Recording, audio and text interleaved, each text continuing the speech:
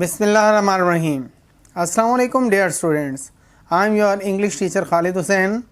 آج 18 مئی class new 9 کے لیے انگلش کے لیکچر میں ہم lesson number 12 3 days to see کے پیراگراف نمبر 1, 2 اور 3 کو ٹرانسلیٹ کرنے والے ہیں، جو کہ آپ کی بک کے پیج نمبر 124 پر موجود ہے. امید کرتا ہوں کہ آپ ان پیراگرافز کی ٹرانسلیشن کو بغور سنیں گے اور سمجھنے کی کوشش کریں گے. تو چلیے آغاز کرتے ہیں. Lesson number 12 3 days to see. آج بیٹا ہم اس لیسن کے پیراگراف نمبر 1, 2 اور 3 کو ٹرانسلیٹ کرنے والے ہیں. تو آئیے پہلے پیراگراف نمبر 1 کو ٹرانسلیٹ کرتے ہیں، لیکن اس سے پہلے اس میں استعمال ہونے والے ڈیفیکلٹ ورڈز کو بھی دیکھ لیتے ہیں. فرسٹ ورڈ ہے ایکسیلنٹ، بہت ہی عمدہ. رول، ضابطہ یا اصول.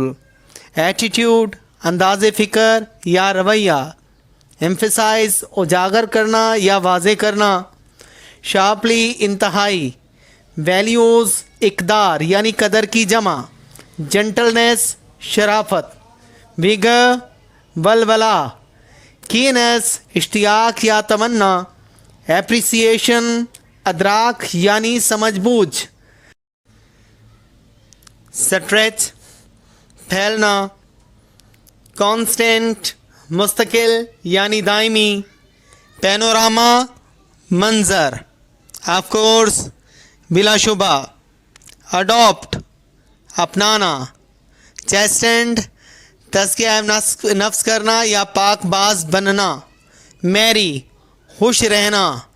امپینڈنگ، سر پر منڈلاتی ہوئی. سرٹینٹی، یقیناً یا سرٹنلی، یقیناً. تو چلیے بیٹا اب اس پیراگراف کی ٹرانسلیٹ کرتے ہیں. Sometimes I have thought, بسا اوقات میں نے سوچا ہے. That it would be an excellent rule to live each day as if we should die tomorrow, کہ یہ کتنا شاندار اصول ہوگا کہ ہر دن ایسے جئیں جیسے ہم نے کل مر جانا ہے. بسا اوقات میں نے یہ سوچا ہے کہ یہ کتنا ہی شاندار اصول ہوگا کہ ہر دن ہم ایسے جئیں جیسے ہم نے کل مر جانا ہے. Such an attitude would emphasize sharply the values of life. اس طرح کا انداز فکر زندگی کی اقدار کو نہایت ہی اجاگر کرے گا. We should live each day with gentleness, vigor and keenness of appreciation. ہمیں ہر دن شرافت، ولولہ و جوش اور سمجھ بوجھ کے اشتیاق کے ساتھ گزارنا چاہیے یا جینا چاہیے. which is often lost، جو اکثر کھو جاتا ہے. when time stretches before us، جب وقت ہمارے سامنے پھیل جاتا ہے. in the constant panorama، مستقل منظر کے طور پر. of more days، months and years to come، آنے والے مزید دنوں، مہینوں اور سالوں کی صورت میں. ہمیں ہر دن شرافت، ولولہ و جوش اور سمجھ بوجھ کے اشتیاق کے ساتھ جینا چاہیے، جو اکثر کھو جاتا ہے جب وقت ہمارے سامنے ایک مستقل منظر کے طور پر، جب وقت ہمارے سامنے آنے والے مزید دنوں، مہینوں اور سالوں کی صورت میں مستقل منظر کے طور پر پھیل جاتا ہے. There are those، وہ لوگ بھی ہیں. Of course، بے شک، بلا شبہ وہ لوگ بھی ہیں.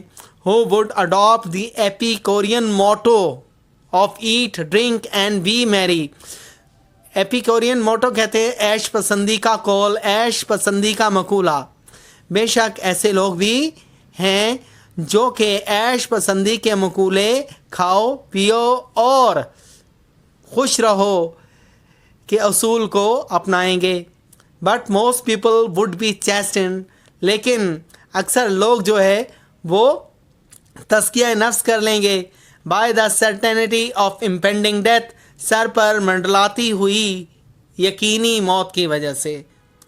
لیکن کچھ لوگ سر پر منڈلاتی ہوئی یقینی موت کی وجہ سے تزکیہ نفس کر لیتے ہیں. چیسٹنڈ ہے سختی تزکیہ نفس کرنا، یعنی اپنے آپ کو